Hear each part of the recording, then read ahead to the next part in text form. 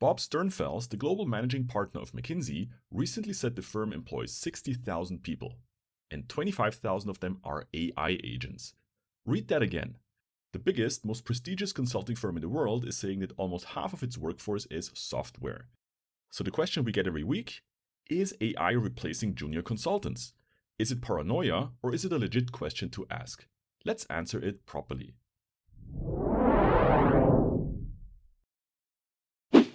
If you saw our original consulting crisis video, feel free to skip ahead. Chapter timestamp in the description. For everyone else, here's the 90-second version. Consulting has always been cyclical. Strong economy, big consulting budgets. Weak economy, less work. That's not new. What was new was how the last cycle started. COVID hit in 2020. Companies froze projects. Then, 6 months later, to everyone's surprise, business at the consulting firms exploded. Hybrid work, e-commerce shifts, broken supply chains. Suddenly, every client needed help adjusting to the new normal. So the firms hired. Aggressively. And here's the part that most people don't realize. Consulting offers go out 6 months before someone actually starts. So McKinsey, BCG, and Bain were hiring in 2022 based on what they expected demand to look like in 2023. Optimistically. They'd rather hire someone they don't have a project for at a cost of $3,000 to $4,000 a week than to miss a project because they don't have enough people, which is a 6-figure opportunity cost per week. And then, in late 2022, the unthinkable happened. Demand dried up. Inflation, the war in Europe, the energy crisis. Business confidence hit its lowest level in 20 years. The result? An armada of new joiners in 2023 into a market with no projects for them. You know the rest. Juniors on the beach, senior consultants undercut on price, promotions delayed, performance reviews getting harsher, exit opportunities shrinking. We covered all that in detail in the original video, link in the description. That's where the story ended in early 2024, but it's 2026 now and the picture has changed. Where we are in 2026. Let's start with what the numbers say. Number 1, McKinsey shrank significantly. McKinsey announced cuts of roughly 5,000 jobs in 2025, about 10% of its global workforce. Add the 2,000 from Project Magnolia in 2023 and another round in 2024, and the firm is meaningfully smaller than it was at its peak. Number 2, BCG quietly overtook McKinsey in headcount. That used to be unthinkable. For decades, McKinsey was the largest of the 3 MBB firms. BCG grew revenue by 10% in 2024, while McKinsey was cutting. BCG also went more aggressively into the mass market, accepting lower daily rates to win volume.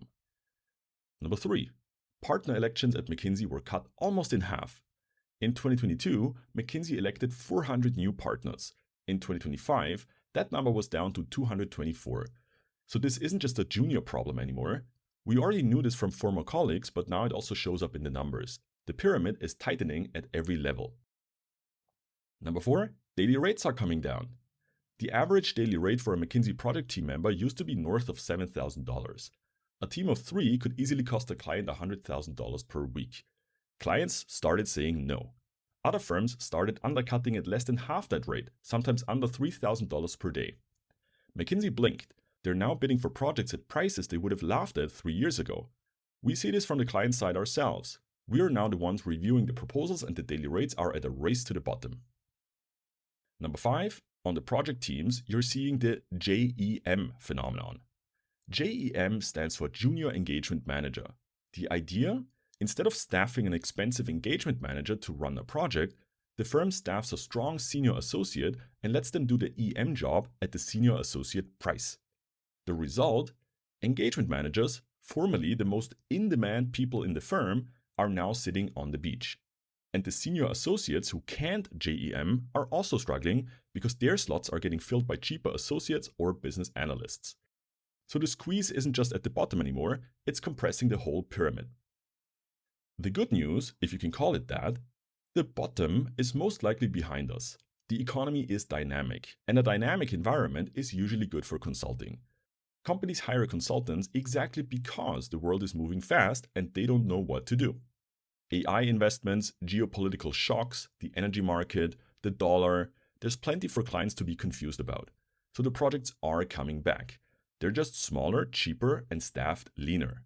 That's the macro picture. But it's not the headline question for someone in their final year at university. The headline question is the one in the title of this video. Is AI replacing junior consultants? This is the part we get asked about constantly. So let's actually go through it. First, why people are right to be worried. If you list out what a junior consultant actually does on a project, researching markets, building Excel models, writing summary slides, formatting decks, pulling together executive summaries, those are exactly the tasks that AI is best at right now. And the consulting firms are not subtle about it. McKinsey's internal AI, Lily, is now used by roughly 72% of all McKinsey consultants. They claim it saves consultants 30% of their research time. Their global managing partner, Bob Sternfels, publicly said McKinsey has 60,000 employees, 25,000 of which are AI agents. So yes, if your entire value as a junior is enabling your team with your great research skills, that value is dropping. But here's where it gets interesting, because there's a second story going on, and it's the story most LinkedIn influencers don't tell you. Why AI isn't replacing junior consultants, at least not yet. There are 3 reasons. First, clients aren't actually replacing consultants with AI. They're replacing bad consulting with AI. Companies are not handing their make or break strategy decisions to ChatGPT. They're not entrusting a $50 million corporate transformation to a model that might be hallucinating. If McKinsey or BCG sign off on a strategic move that goes south, the CEO can blame the consultants. If ChatGPT signed off and it goes south, well, that CEO is most likely without a job. Top strategy work is high context, high trust, high stakes. AI doesn't replace any of those. Number 2, the Deloitte scandals aren't a warning shot. Deloitte got caught twice in 2025, once in Australia, once in Canada, submitting government reports with fake AI-generated citations. They refunded fees, apologized, and got dragged through the press for weeks. That happened to Deloitte, and now they want to sell AI strategy advice to other clients? How do you still trust them on that? So firms have a genuine incentive not to over-replace humans with AI, especially top firms whose entire business is built on the words trusted advisor. Number 3, AI is also driving consulting demand. Christoph Schweitzer, the CEO of BCG, said in late 2024 that 20% of BCG's revenue was AI related. McKinsey's digital practice is growing fast. Every Fortune 500 company is asking the same question. How do I deal with AI before AI deals with me? And who do you call? You call your trusted advisor. So AI is both a threat to consulting tasks and a boost to consulting demand. Net-net, the firms are not in existential danger. But here's the part you actually need to hear. We have to be honest with you because you're going to hear, consulting is fine, don't worry, from a lot of recruiters who want to keep the funnel full. We're not in that game. We're trying to help you make the right call. So, AI is not replacing junior consultants, but it's compressing the number of junior slots. Think about it. Put the pieces together. The daily rates are down, so firms have less margin per project. The JEM phenomenon means senior associates are doing EM work and associates are doing senior associate work, so the cheapest body wins more often. Lily is handling research and synthesizing knowledge in seconds that used to take a junior an evening. Shared service centers in India and Costa Rica already absorbed a lot of the slide design work. McKinsey just cut 5,000 jobs. You don't have to be a strategy consultant to do the math on that. The headcount you're trying to break into is smaller. It will probably stay smaller for a few years. What this actually means for you. Okay, so you're a final year student, an MBA, a young analyst trying to make the jump to MBB in 2026. What do you do with all of this? A few honest takes. First, the bar is higher than it was in 2022. Get used to it.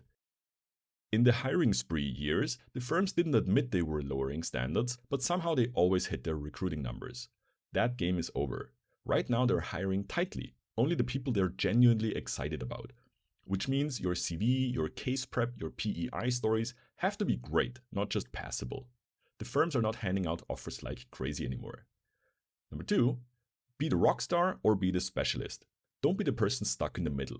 This was true before, it's more true now. The juniors who get fully staffed in 2026 fall into 2 buckets. The genuine rock stars, which are at the top of every project and at every appraisal cycle, and the ones with the niche skill the firm needs, such as AI, supply chain, climate, healthcare, regulatory. The middle of the pack is where the AI and the JEM phenomenon are eating headcount. Number 3, become AI native yesterday. If you walk into a McKinsey interview in 2026 and you say you never used Claude or ChatGPT seriously, you're signaling something bad. The firms are not looking for people who are scared of AI. They're looking for people who already know how to use it as a force multiplier. Build muscle memory now. Use it for tasks at university. Use it for tasks at your job. Become an AI native. And number 4, don't romanticize the firms. The McKinsey of 2026 is not the McKinsey of 2018. The brand is real, the prestige is real, but the experience is harsher. Leaner teams, less mentoring, more pressure, faster up or out. If you're joining for the title and the LinkedIn flex, you're going to have a bad time. If you're joining because you want to learn faster than anywhere else and you're prepared to grind for it, the offer is still worth taking. The bottom line. So, is consulting in crisis in 2026? In short, no, but it's also genuinely different than a couple of years ago. The story isn't consulting is dying, the story is that consulting is being reshaped. The firms are smaller, the pyramid is being squeezed. The juniors who do get in will work alongside AI from day one, and the ones who got hired in 2025 and 2026 will probably end up being one of the strongest cohorts the firms have produced in years. Less average performers, more rock stars. More AI fluency, less coasting. It's a worse market to get into, but it's a better market to be good in. Now the question to you. Are you currently prepping for MBB in 2026? Maybe you want to check out our CV Masterclass or the Case Interview Mastery course on Udemy. Or are you a consultant who's seeing this shift from the inside? Let us know in the comments. If you enjoyed this video, don't forget to like and subscribe and activate the bell for more content like this. Let us know in the comments below if you have any questions or if there's a topic you'd like us to cover next. Thanks for watching and we'll catch you in the next one.